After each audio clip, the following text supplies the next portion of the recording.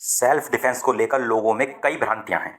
इनमें से एक है किसी की हत्या करके भी लोग बच सकते हैं, लेकिन ऐसा नहीं है। इसके लिए विशेष परिस्थिति का होना जरूरी है। आइए जानते हैं सेल्फ डिफेंस कानून के बारे में कुछ जरूरी बातें।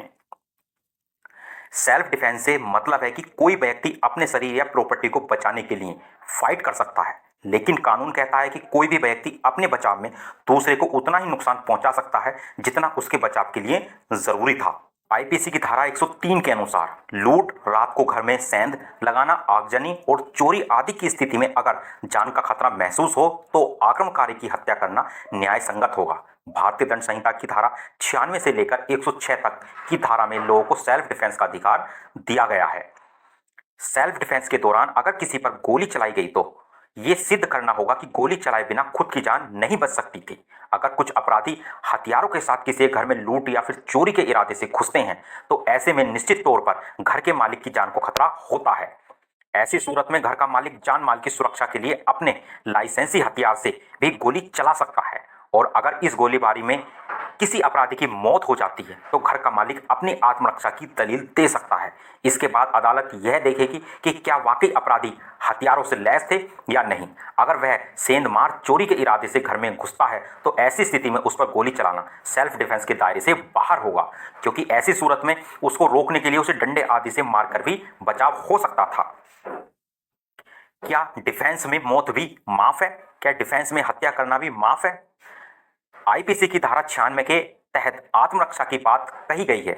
वहीं आईपीसी की धारा 97 में बताया गया है कि हर शख्स को शरीर और जायदाद की सुरक्षा का अधिकार है और इसके लिए वह सेल्फ डिफेंस में हमला कर सकता है। इसी तरह धारा 99 कहती है कि सेल्फ डिफेंस रीजनेबल होना चाहिए, यानी कि अपराधी को उतनी ही हानि पहुंचाई जा सकती है जितनी की जरूरी होती है।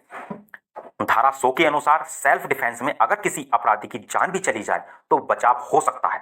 शर्त यह है कि कानूनी प्रावधान के तहत ऐसा एक्ट किया गया हो। अगर गंभीर चोट पहुंचाने का खतरा हो, बलात्कार या फिर दुराचार का खतरा हो, अपराधी अगर अगवा करने की कोशिश करता हो, तो ऐसी सूरत में सेल्फ डिफेंस में किए गए हमले में अगर अपराधी की मौत भी हो जाए तो अपना बचाव किया जा सकता है, लेकिन यह सिद्ध करना होगा कि उक्त कारणों से अटैक किया गया।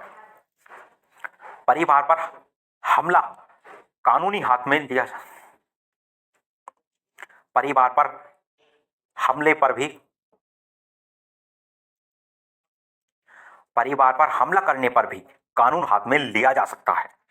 सुप्रीम कोर्ट ने एक जरूरी फैसला सुनाया। इस फैसले के बाद सुप्रीम कोर्ट ने सेल्फ डिफेंस का दायरा बढ़ाया। कोर्ट ने कहा कि अगर कोई शख्स अपने माता पिता या फिर फैमिली पर हमला होते देखे तो उसे बचाव में कानून हाथ में लेने का हक है। ये फैसला राजस्थान हाई कोर्ट के उस फैसले पर आया जिसे सुप्रीम कोर्ट में चुनौती दी गई थी। मामला राजस्थान का था, जहां एक परिवार पर पड़ोसियों ने धारदार हथियार से हमला कर दिया था। इस दौरान जख्मी हुए घर के मुखिया ने दम तोड़ दिया था। इसके बाद अपने पिता पर हमला होते देख पीड़ित ने बेटे ने पड़ोसियों के साथ मारपीट की थी। मामले में पहले राजस्थान की एक ट्रायल कोर्ट ने दोनों भाइयों को आरोपी पाते हुए 2 साल की सजा सुनाई थी। बाद में ये मामला जब हाईकोर्ट पहुंचा तो वहां भी इनकी सजा को बरकरार रखा गया। इसके बाद कोर्ट ने के फैसले को दोनों भाइयों ने सुप्रीम कोर्ट में चुनौती दी। जस्टिस दीपक मिश्रा और शिवाकीर्ति सिंह की बेंच ने कहा कि यह सत्य है कि दोषी ठहराए जाने वाले दोनों भाई ने लोगों से मारपीट की, लेकिन सबूतों में थोड़ा फर्क है। दरअसल दोनों ने पेरेंट्स पर हमला होते देखा और बलप्रयोग किया, जिसे ट्रायल कोर्ट ने फैसले में ज्यादा अहमियत नहीं दी। इसके चलते इन्हें दोषी करार दिया गया। इसके बाद ट्रायल और हाईकोर्ट के फैसले को पलटकर सुप्रीम कोर्ट ने फैमिली डिफेंस के लिए कानून हाथ में लेने वाले दोनों आरोपियों को बरी कर दिया। दोस्तों, अगर मेरी वीडियो पसंद आई हो तो वीडियो को लाइक करें, शेयर करें और चैनल को सब्सक्राइब करें।